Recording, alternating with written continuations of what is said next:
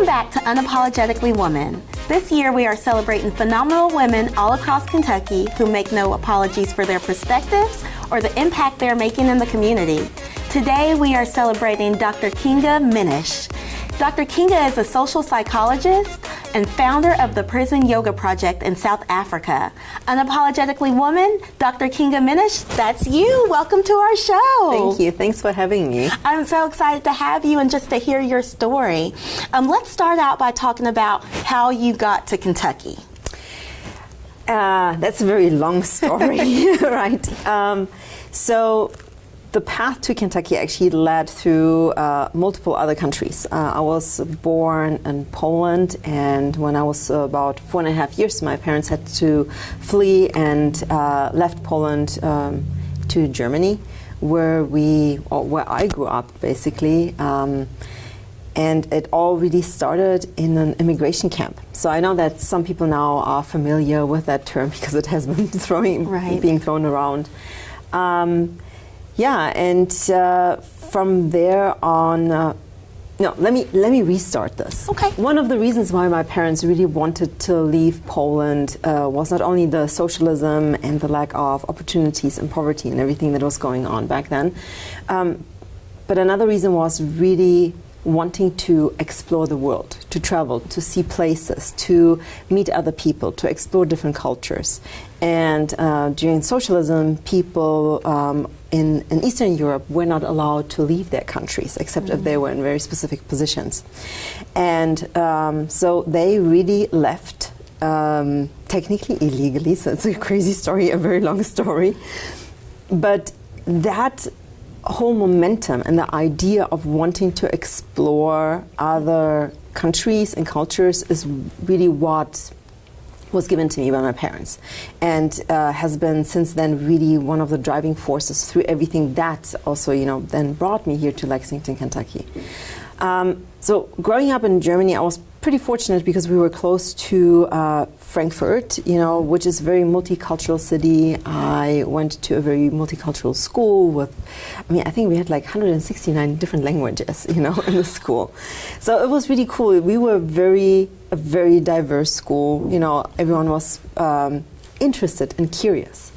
And with that, I had the opportunity to partake in many exchange student programs. So I was in France, I was in Spain, I was in Italy, like the more common things that you do in Europe when you grow up in Europe. But then I went also to Jacksonville, Florida when I was 15 for several months and stayed there as an exchange student, and came back, finished my high school degree, and came for the first time for a little bit more than a year to New York as an au pair. Au pair is, for people that don't know what that is, it's like an international nanny, kind of. It's a great program. There are, au pair programs everywhere around the world. And I really loved it.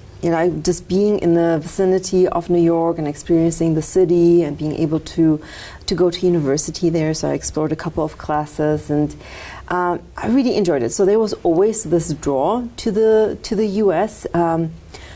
I guess one of the reasons was really growing up in Germany, people would often ask me, like, where are you from?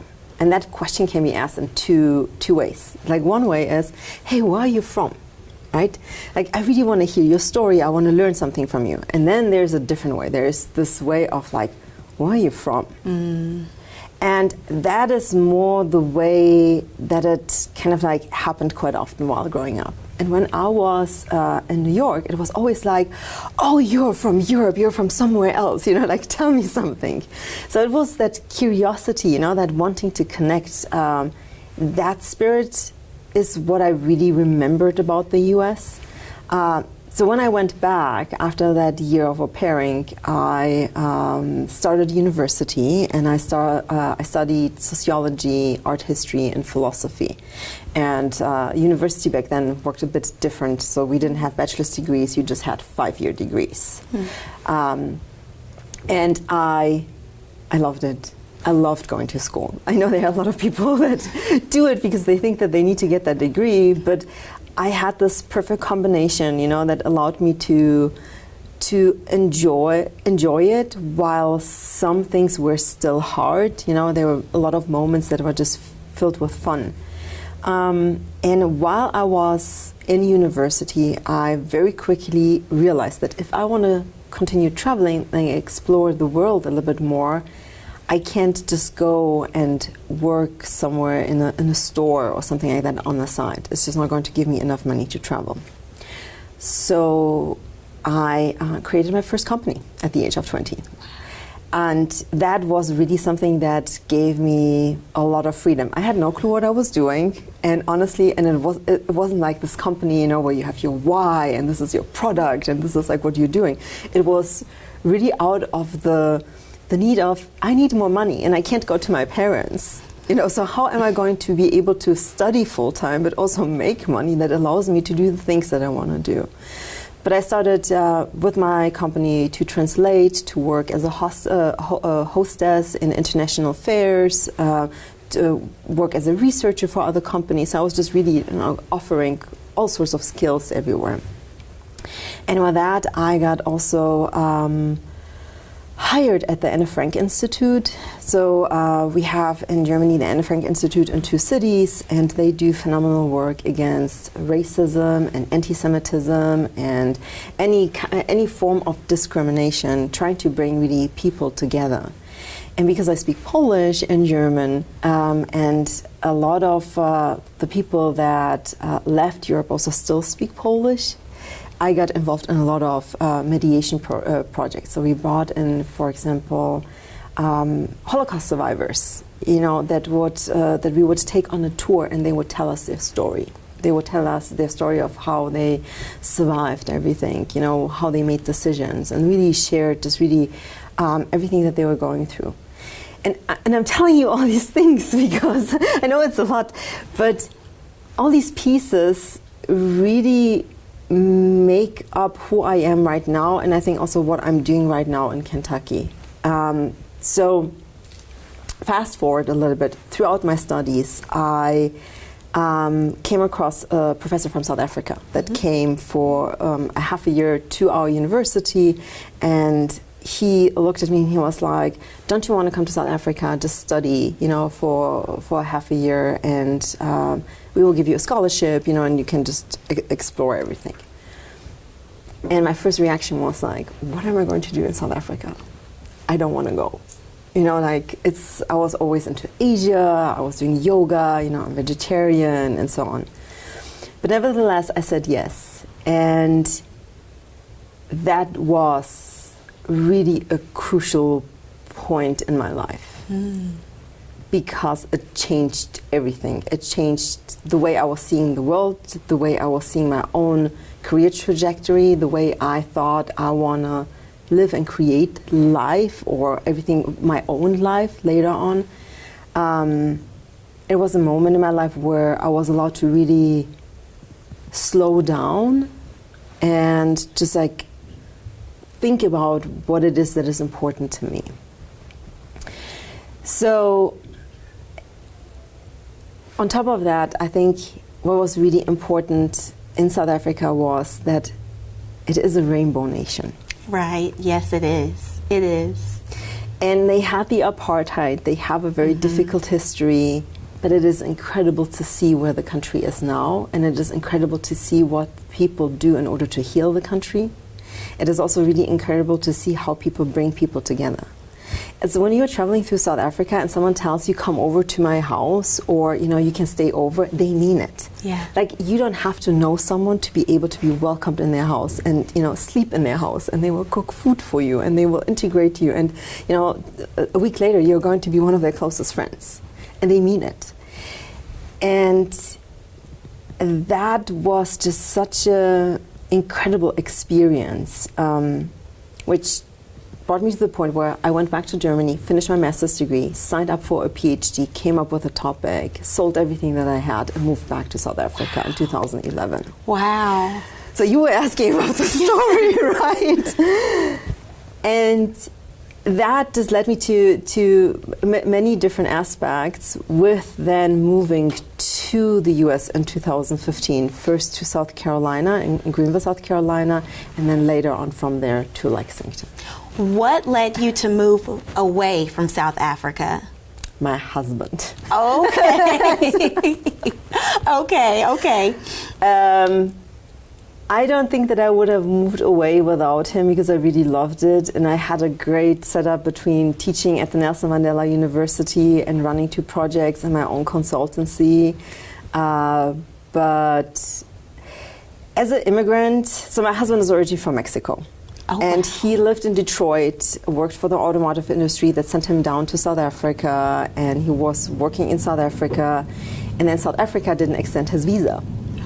So we will get to that topic, the visa situation.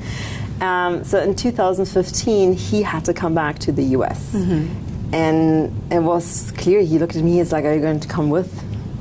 And it took me a while, I really had to think about that, and then made a decision and said, you know what, yes, let's give it a try, let's go. Worst case scenarios, we will make a plan to come back. But that was what really made me. Wow, that's incredible. So what are you working on now? What are some things that... I am working right now, in particular, on the Ziva project, Her Story in the Making, which is a nonprofit organization that has the mission to amplify women's voices across the globe and create equality between women. So we are very determined to bring more stories about women and from women into the magazine that we are producing, but also events that we are creating, and with that amplify women through media, but at the same time create workshops and projects in which women come together and share one another's diverse stories and find the common ground within those stories. That's amazing.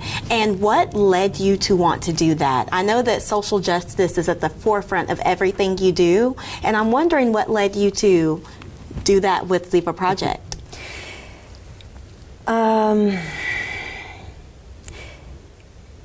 If I can be frank, right, and honest, I think that when we moved to Lexington, after living, in South Africa and experiencing different places and being always surrounded by very diverse cultures, and then arriving in Lexington, and I realized people are still pretty separated when it comes to culture diversity, to bringing different groups together into one room. And that really made me, look kind of at other cities and countries and just kind of see how is that actually being done? How are we ensuring and creating spaces in which we can all really get to know one another? Yeah. And so that was one of the biggest motivators. But at the same time, I also wanted to highlight and bring more diversity and intercultural aspects to Lexington, because we live here, we made this our home, and I've been very fortunate to experience and see the beauty of what it means to be surrounded by different cultures, and to see how much better, or better is maybe not the right word, but how much more communities can flourish when people all come together and share their knowledge, and through sharing their knowledge, find together solutions for one another that really integrate one another. And I had the other day a conversation with a good friend of mine, and it was about negotiating their salaries, and I was sitting with her, and I'm like, of course, you need to negotiate, and you need to ask for this, and you need to actually ask for even more. Yeah. And, the conversation was pretty long, but the result out of it was very clear. If she earns more money, if her life is better, my life will be better. And that's, I think, at the forefront also of Ziva Voices, to help other women to create a life that is really aligned with their own skills, so they can really be impactful and successful. Because with that, women automatically, create a multiplier effect. Like as women, like if your life is better, you know, everyone around you is going to have a better life. Yes. And like we really share and want to help. And I think that if we all come together, no matter, you know, what the cultural background is, no matter what the ethnicity is, if we can create that unity, then we are just power. It's not about empowering someone. We do have power already. But by coming together, we can actually better understand and feel it because we really feel supported. And if we are all clustered, you know, in parts and small silos and groups, I think then we forget how powerful we are. That's very true. And I love the fact that you told that story because we all know that right now women make only so much compared to men. So that's enhancing. And then your story also led me to think about that quote that says, if you teach someone or if you give someone a fish, they're fed for a day. But if you teach someone to fish, they're fed for an entire lifetime. And that's how I feel what the Ziva Voices Project is. I love that. Can you tell us a little bit more about the Yoga Prison Project? Yeah, so while I was in South Africa, as I mentioned before, I knew right from the get-go that I wanted to do a PhD. Just because I really loved, you know, being in academia and just doing research and everything that it brings up. So when I arrived in South Africa, I was trying to figure out what is the topic, what is the question, you know, like what is it that I really want to dive into. And the first initial thought was really trying to figure out and explore why there is so much prevailing violence against women, right? And so quite often these projects go around doing research with women, talking to women, you know, figuring that out. But women are not the cause of the violence that is happening against them. So why not, and what's better than actually working then with men that are imprisoned, that have been criminalized for violent attacks. And so I had to figure out a way to get access into the prison and get, you know, be able to speak to the prisoners. And I've been doing yoga for, by then, almost a decade, and was also a certified yoga teacher, and created a yoga prison project. That was my first take on basically getting into a prison. It was one of the first prison yoga projects in South Africa, and we started it in a high security prison facility outside of Port Elizabeth, and it was phenomenal. Like, it was really phenomenal. It's just like being inside a prison and working with inmates just really opens up your understanding on everything that's just not working in society. Right. And in that closed space, you know, especially specifically with yoga, it was really incredible to see how many men started opening up and trusting and letting go and really sharing very vulnerable stories, being very honest, you know, going very deep into why they committed which crime, not trying to be apologetic about it, but just trying to explain. And as a researcher, right, I was really interested in what motivated these men, you know, to do specific actions, to do something that is going to jeopardize them as well. Right. Yeah. That's awesome. And you've done so many projects and you've won so many awards that that I've read about. But what I want to know is, what is the biggest challenge that you faced in creating these projects and to getting where you are? It's making people understand what I'm trying to communicate. It's and I'm sure you know, like, we speak every day and we use words every day, but sometimes we have a specific idea and, like, in our mind it's just running perfectly, but it takes different ways of telling the same story to make different people also understand what it is that you're trying to achieve. So I think the biggest obstacle or difficulty, and I'm sure that many others are facing it as well, is to actually get the people, on board as well and make them understand what you're trying to achieve. Right, Yeah. right. And then we also talked a little bit off camera, but just about, even working in America and just how hard it is with visa situations. And do you want to talk a little bit about that? Sure. Yeah, let me share maybe a little bit. So we've been just very fortunate to receive our green card just 3 weeks ago. Oh, wow. Just 3 weeks ago. Congratulations. And as I mentioned, in the beginning, I arrived in the U.S. at the end of 2015, and then changed over after arrival into a specific visa system that then allows you to kind of proceed with specific applications. And it took me 8 years. Mm-hmm. It took me 8 years to receive the green card, and throughout the entire time, I wasn't allowed to work in this country.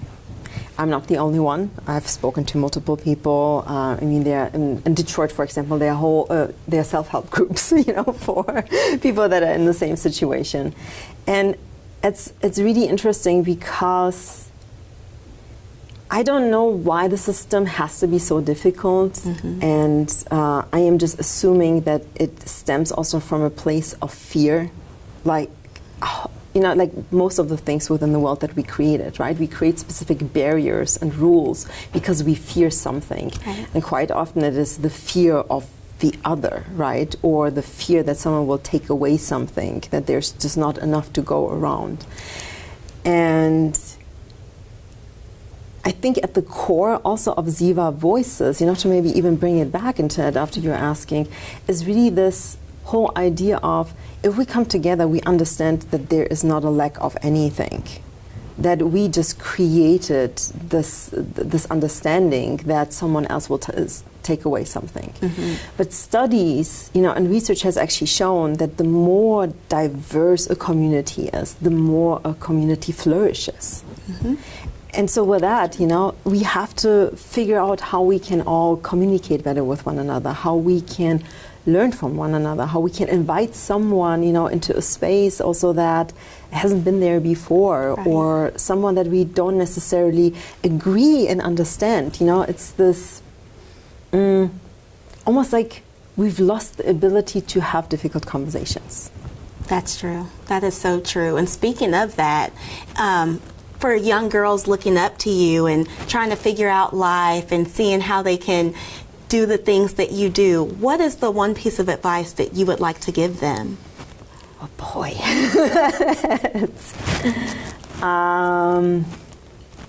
Don't allow anyone else to tell you what you're capable of and what you should be doing. If it feels wrong, it's wrong. And if you don't want to be put into a specific box and you don't believe that there's just one way of going this path, then don't. Just follow whatever you believe and make sure that along that path you build up your confidence, because there will be a lot of people trying to implement fear into your mind, into your heart. There are going to be a lot of people that are going to be questioning your choices, and they are not going to be questioning it so often because they want to help you or because they mean well. They're going to be questioning it because either they are afraid, mm-hmm. or, and no one wants to talk about that, they're jealous. They're jealous of you having the ability and, I guess, grit, but also perseverance to take risk. And we are in a situation where the world and we as a society, we are here where we have to start taking risk because we have to start creating change. And change does not come from a place of comfort. That's right. So if you're not feeling comfortable with what you're doing, but you know that you have to do this, it's the right feeling. Just move on. Just move forward. Not move on. Move forward. Yes, yes. Well, thank you so much for joining us today. Thank you. You heard it here first. Do not let anyone tell you what you can or cannot do. Join us next time on Unapologetic Woman.